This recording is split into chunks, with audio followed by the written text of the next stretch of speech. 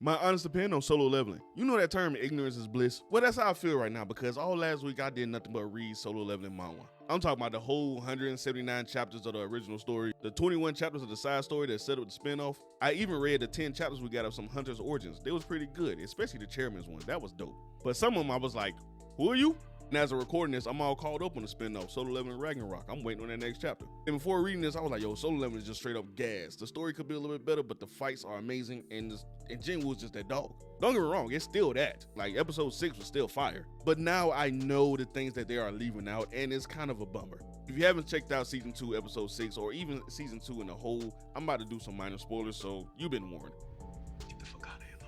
This episode, like all other episodes, had some epic fights. Jinwoo swept in and left everybody speechless like a stripper at a bachelor party. And him and the gang got busy. I mean, they was putting in work. But I couldn't help but notice some of the highlights from the manhwa that I was waiting to see animated didn't happen. For example, this panel right here didn't happen. I rewatched it, thought I missed it, but no, they didn't have this moment, and it made me mad. But that wasn't the only thing that was missing, and there were some things that just felt rushed. For example, the battle between Karg generals and Jinwoo's generals felt a little more emphasized in the reading. It's even acknowledged, but in the anime it's more like, oh, look, like my bodyguards is better than yours. Like, bodyguards?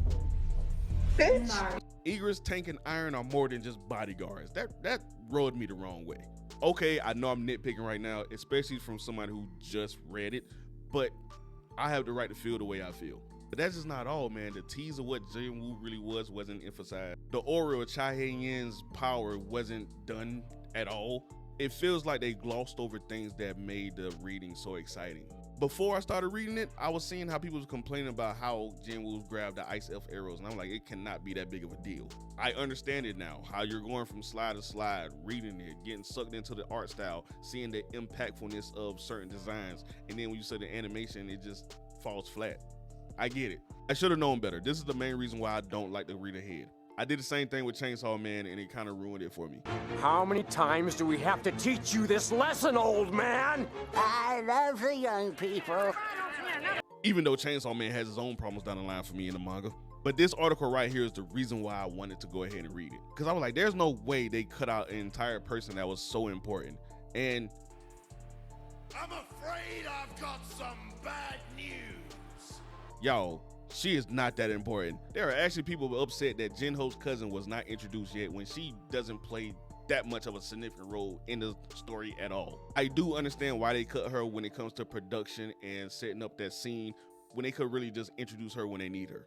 Trust me, she is not that important. Do not let anybody tell you any different. Now, other than all the nitpicking I did, Solo Leveling is still doing great. The last episode was good. It still has some good fight scenes. Even though I'm not a big fan of the CGI that was used in the background, it looked ugly. It really felt out of place. This still was a great episode. I just wish they picked up on the nuances. It is still one of the top animes that came out in the last 5 years.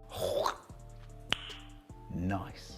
And now that I know what's coming, the story does picks up a lot.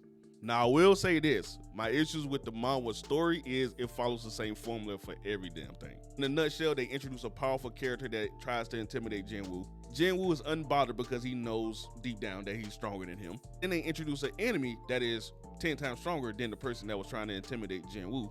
They get murked, then Jinwoo fights him. Then that's pretty much it. Is it a simple formula? Yes, but it is damn good entertainment. And since we only got 6 more episodes left, I can see us getting to where he fights the Demon King, but we're gonna get a cliffhanger on what's to come with Jeju Island, and that means we're not gonna see Beru, we're not gonna see the Queen. When I tell you there's a lot more to come, this manhwa does not let you breathe.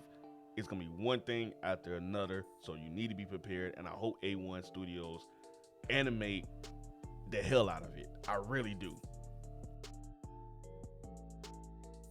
Now, when it comes to the spinoff Ragnarok, it does exactly what it needs to do. It takes the original source and builds on it.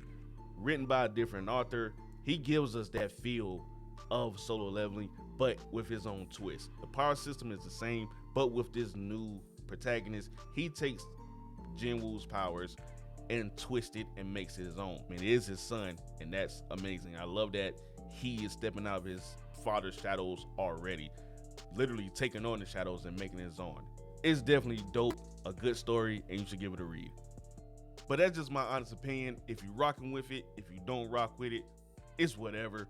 We all have opinions. I just want to share mine with y'all so we can have a good dialogue. So if you like that, make sure you like this video, subscribe, and let's talk. Peace.